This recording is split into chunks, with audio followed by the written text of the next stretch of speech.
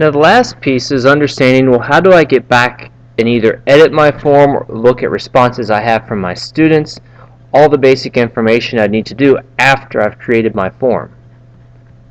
So if I go to my Google Docs and I look for the name of whatever form I used, it's going to have this little check mark beside it, and that tells me it's a form.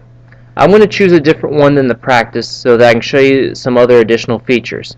So I'm going to go to this linear equations form, and I know it's that because it's got the check mark. I click on it. Now when you look at it, it doesn't open up the form the way that it was when we first created it, and that's because Google assumes that once you've created your form, you don't want to go back to look at the form, you want to look at the data that's attached to your form. So they put it into a spreadsheet, and that's what you're seeing here. And I've got data down throughout the entire thing. So all your data will show up on this single screen that you could see, and if you've got the name of the student, it would show up here, and then all the questions would come afterwards. Now, if I want to go back and need to edit my form for any reason, I'd click on the word form right up here in my tabs, and I'd click edit form. That is your original window that you had where I can go through, fix anything.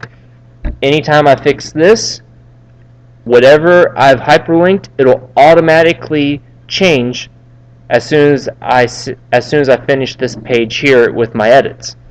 So I could have anything I need to change. I saw a typo, fix it, it automatically updates. I don't have to do anything, which is great. Now within this form as well, I can again go to the live form if I needed that hyperlink. I can again get that embed code if I needed. But also a really nice feature is the ability to see responses and also turn off the quiz if I don't want anybody to take it anymore. With that, I click that button for the accepting quizzes. See, it's no longer there. If I try to go to the live form, it tells me that it's turned off. So you could manually set your own times for students. Tell them they've got 24 hours, and at that time you turn it off. If you need to, you could always turn it back on. So now if I go to live form, it opens it right up. And the last thing here is looking at the summary responses. Now the summary responses are really helpful if you're looking at multiple choice, multiple response, checkboxes, scales, grids. It's not as good with short answer or with paragraph because you can see the difference here. Question 1, this was a multiple choice problem. I get a pie chart, I get the numbers of how many answered each of the different questions, and I get the percentages of the class that answered that question with that answer.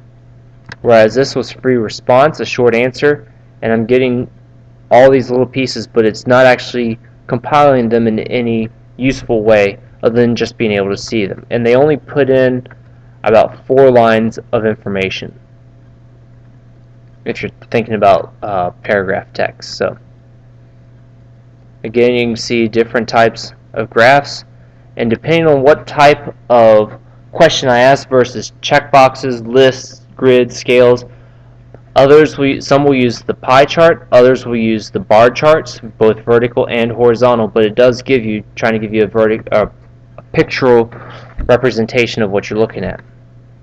This picture can be dragged and put into other items. You can also highlight, copy and paste everything if you wanted to have this data. Another way you could do it is actually do a screenshot if you have a screenshot program. One that I use is Screen Hunter Pro, and with that I can just push F6, I click and drag, and it takes a picture. Then on my desktop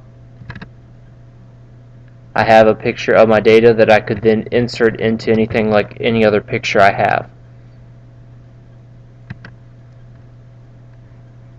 So just from having this basic program, that it won't grade specifically for you, but it will give you information that you can use to help you figure out where are our students, what do they know, and whatnot.